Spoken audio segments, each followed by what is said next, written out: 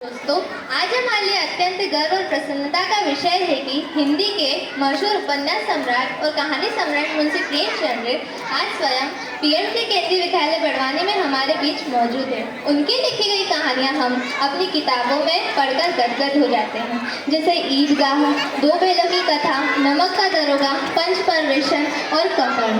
इस कहानियों को पढ़कर लेखक के बारे में जानने की जिज्ञासाएं और सवाल उठते हैं। आज हम सारे प्रश्नों के जवाब स्वयं प्रेमचंद्र जी से लेने को लेकर उत्साहित हैं। तो चलिए उनसे मुखातिब होते हैं। आप सबका बहुत बहुत धन्यवाद जो आपने मुझे यहाँ आमंत्रित किया है। प्यारे बच्चों, मैं आपकी समस्त जिज्ञासाओं का समाधान करने की भरसक कोशिश करूँगा। मेरा आपसे पहला सवाल है कि आपका जन्म कब और कहाँ हुआ? जी, मेरा जन्म 31 जुलाई 1880 को उत्तर प्रदेश के वाराणसी जिले के पास लमही ग्राम में हुआ था। आपके परिवार के बारे में कुछ बताएं। जी, मेरे पिताजी का नाम अजायब राय था, जो डाकखाने में मामूली नौकर थे। माता का नाम आनंदी देवी था। जब मेरी उम्र 8 साल की थी तब वह चल गई। 15 वर्ष की उम्र में मेरी शादी करा दी एवं 1 साल बाद पिताजी भी चल गए। बाद में शिवरानी जी की पत्नी बनी। मेरे 2 पुत्र हुए, श्रीपत राय और अमृत राय। सुना है कि आपके बचपन का नाम धनपत राय था, तो फिर प्रेमचंद्र कैसे हो गया? जी, दरअसल आरंभ में मेरा लेखन कार्य उर्दू में नवाब राय के नाम से हुआ था, मगर अंग्रेजी की कार्रवाई से बचने के लिए हिंदी में प्रेमचंद के नाम से लिखना आरंभ किया। तब से यही नाम मशहूर हो गया।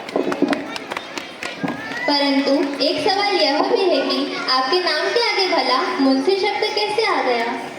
जी, इसका जवाब यह है कि मुंशी हंस के संयुक्त संपादक कन्हैयालाल मुंशी के नाम के आगे लगता था। मैं और वह दोनों संपादकों का नाम कुछ इस प्रकार छपता था, मुंशी कौमा प्रेमचंद, और कभी कभी प्रिंटिंग मिस्टेक के कारण कौमा छूटता था और नाम छप जाता मुंशी प्रेमचंद।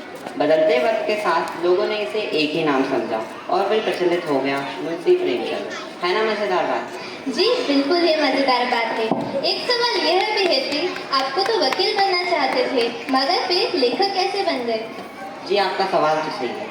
वकीली बनने का लक्ष्य तय किया था, मगर घोर गरीबी ने तोड़ दिया। अभाव, शोषण और उत्पीड़न की परिस्थितियों ने जीवन को रुख साहित्य की तरफ मोड़ दिया और 2-3 साल में कई सारे नॉवल पढ़ डाले।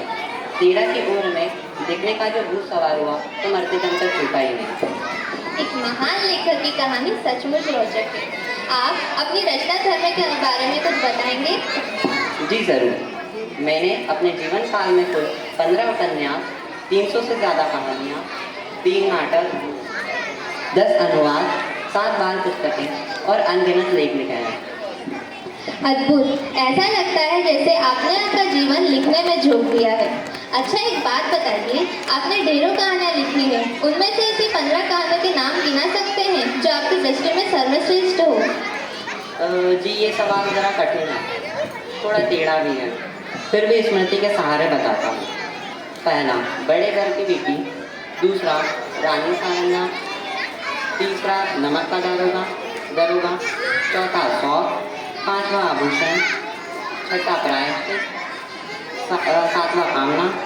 8वां, मंदिर और मस्जिद। 9वां, घास वाली। 10वां, महातीत। 11वां, सत्याग्रह। 12वां, लालचन। 13वां, सती। 15वां व 14वां, मंत्र। और 15वां, लैला। आपने जो साहित्य रचा है निस्संदेह वो कालजयी है। ऐसी कौन सी बातें हैं जो आपने लिखते लिखते कह दी हो? आपको क्या कालजयी लगती है? जी, मुझे लगता है मुझसे ज़्यादा आसानी से इस प्रश्न का जवाब आपको मेरे पाठकों से मिल सकता है। उनको मेरे कई उदाहरण कालजयी नजर आए, तो उन्होंने मुझे लेख भेजे। उनमें से कुछ मैं आपके समक्ष शेयर करना चाहूँगा। पहला, चोर को पकड़ने के लिए बिरले ही निकलते हैं। पकड़े गए चोर को पंच लाते, जमाने के लिए सभी पहुंच जाते हैं। दूसरा, पारस को छूकर लोहा सोना हो जाता है, पारस लोहा नहीं हो सकता।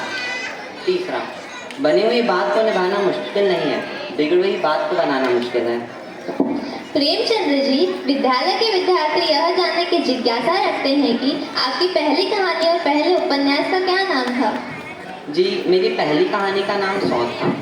जो 1925 में सरस्वती में प्रकाशित हुई, और पहले उपन्यास का नाम सेवा सदन था, जो 1918 में प्रकाशित हुआ। बाद में जो उपन्यास प्रसिद्ध हुए उनमें क्रमशः निर्मला, रंगभूमि 1925, कायाकल्प 1927, गबन 1928, कर्मभूमि 1932 और गोदा 1936 में प्रसिद्ध है। प्रेमचंद जी, आपने देश के व्यक्ति की सोने सोने महक बिखराती कहानियाँ और उपन्यास लिखे। आपकी रचनाओं में देश के आम आदमी की जीती जागती तस्वीर है। क्या किसान, क्या मजदूर, क्या देहाती, क्या गरीब बच्चे और क्या जमींदार, सभी की जमीन से जुड़ी एक भाषा में वास्तविक चित्रण है। फिर भी आपको अब तक कोई बड़ा सम्मान न मिलना सचमुच दुर्भाग्य की बात है। आप भला इसके बारे में क्या सोचते हैं?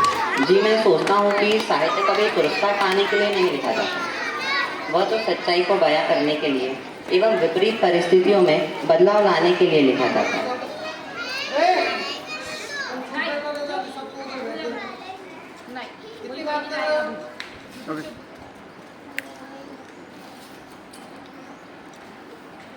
मगर यह भी सच है कि हम यानी हिंदी भाषियों में अपनी भाषा के प्रति स्वाभिमान एवं प्रतिबद्धता की कमी है।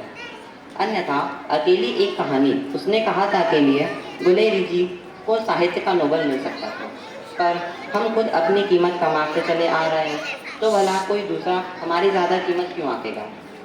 पुरस्कार न मिलने का मुझे कोई रंजूगम नहीं है, मगर बदलाव ज़रूर मन को चुभता है, कचोटता है कि अपने साहित्यकारों को खैर दृष्टि से देखे बिना, जाने बिना पढ़े नहीं पीढ़ी अंग्रेजी किताबों से मोहब्बत कर बैठी है। बातों बातों में आपने बहुत बड़ी बात कह दी है प्रेमचंद।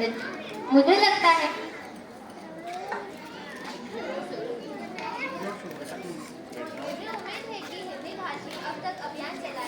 आपके झोले में साहित्य के नोबेल पुरस्कार जरूर गिर सकते हैं, पर मैं विश्वास दिलाती हूँ कि आज हिंदी दिवस में केंद्रीय विद्यालय के हम विद्यार्थी आपके साहित्य के बारे में न केवल जानेंगे, परिचित होंगे, बल्कि उसे समझेंगे भी। आप यहाँ आए, आपने आपका कीमती वक्त हमारे साथ गुजारा, इसके लिए मैं आपकी दिल से शुक्रगुजार हूँ। आपको बहुत बहुत धन्यवाद। धन्यवाद भाई। मैं अपने जीवन काल में अनेक सारे मंचों पर जा चुका हूँ, अनेक सारे श्रोताओं को देख चुका हूँ, समझ चुका हूँ, परंतु मुझे आप जितना धैर्यवान श्रोता कहीं मिला ही नहीं। मुझे सुनने के लिए और मुझे यहाँ आने का अवसर प्रदान करने के लिए आप सभी लोगों का धन्यवाद।